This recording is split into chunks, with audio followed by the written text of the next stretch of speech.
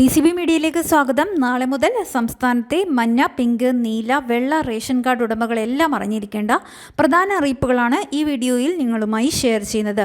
Channel ആദ്യമായി കാണുന്നവർ subscribe ചെയ്യുക, വീഡിയോ ലൈക്ക് ചെയ്ത് സപ്പോർട്ട് തരിക. ഫേസ്ബുക്കിൽ കാണുന്നവർ പേജ് ഫോളോ കൂടി ചെയ്യുക.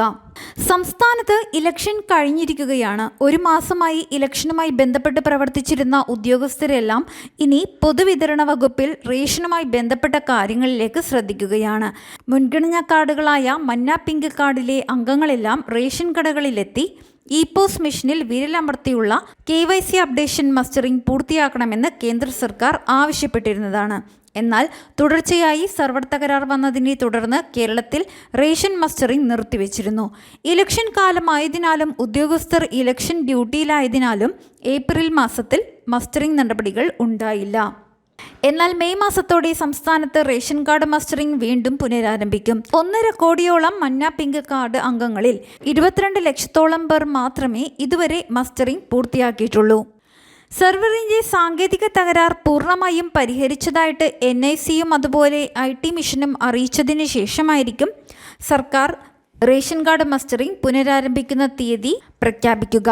എല്ലാ മുൻഗണനാ റേഷൻ കാർഡ് അംഗങ്ങൾക്കും മസ്റ്ററിംഗ് ചെയ്യുന്നതിനുള്ള സമയവും സാവകാശവും സർക്കാർ ഉറപ്പുവരുത്തുന്നതാണെന്നും റേഷൻ കാർഡ് ഉടമകൾ മസ്റ്ററിംഗ് കാര്യത്തിൽ ആശങ്കപ്പെടേണ്ട സാഹചര്യമില്ലെന്നും ഭക്ഷ്യവകുപ്പ് അറിയിച്ചിട്ടുണ്ട്. മറ്റൊരു കാര്യം, ഇനി മുൻകാലങ്ങളിലെ പോലെ അർഹതയില്ലാത്തവർക്ക് മുൻഗണനാ കാർഡുകൾ കൈവശം വയ്ക്കുന്നത് ബുദ്ധിമുട്ടാകും.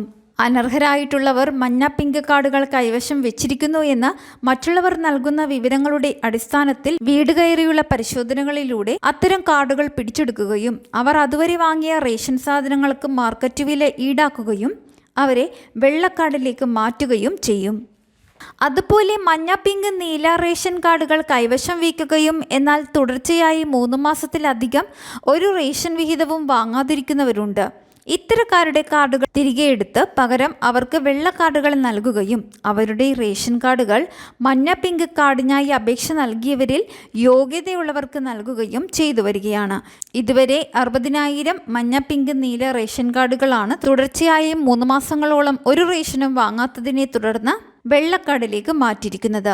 അടുത്ത അറിയിപ്പ്, അരിവിഹിതം കുറവുള്ള നീലവെള്ള കാർഡുകാർക്ക് ചെറിയ ഒരു ആശ്വാസമായിരുന്നു കേന്ദ്ര സർക്കാരിൻ്റെ 10 കിലോയുടെ ഭാരത് റൈസ് വിതരണവും സപ്ലൈകോ വഴിയുള്ള 5 കിലോ റൈസ് വിതരണവും. വാഹനങ്ങളിലായിരുന്നു പ്രധാനമായും ഭാരത് റൈസ് വിതരണം ചെയ്തിരുന്നത്. കിലോയ്ക്ക് 29 രൂപ വെച്ച് 10 കിലോ വരെയുള്ള പാക്കറ്റുകൾ ലഭിക്കുമായിരുന്നു. ഇലക്ഷന് ശേഷം ഇത്തരം അരിയുടെ വിതരണവും കുറയും. എന്നാൽ NCCFൻ്റെ 200ഓളം ഔട്ട്ലെറ്റുകൾ വഴി ഭാരത് റൈസും ഭാരത് ആട്ടയും പരിപ്പും തുടർന്നും ലഭിക്കുമെന്നറിയുന്നു. ഓൺലൈൻ പ്ലാറ്റ്ഫോമുകളിലും റിലയൻസ് പോലുള്ളവ വഴിയും വിതരണമുണ്ടാകുമെന്ന് റിപ്പോർട്ടുകളുണ്ട്. എല്ലാ കാർഡുടമകൾക്കും സപ്ലൈകോ ഔട്ട്ലെറ്റുകളിൽ നിന്നും 5 കിലോ റൈസും 5 കിലോ മറ്റ് സബ്സിഡി അരിയും ചേർത്ത് 10 കിലോ അരി ഓരോ മാസവും ലഭിക്കും. ഇതും 10 കിലോ ഭാരത് റൈസും തുടർന്നുള്ള മാസങ്ങളിലും ലഭിക്കുകയാണെങ്കിൽ നീലവെള്ള കാർഡുകാർക്കും 29 രൂപ റേറ്റിൽ 20 കിലോ അരി ലഭിക്കുന്നതാണ്. അടുത്തതായി ഏപ്രിൽ മാസത്തെ റേഷൻ വിതരണം ഇനി 29 തിങ്കളാഴ്ചയും 30 ചൊവ്വാഴ്ചയും കൂടിയാണുള്ളത്.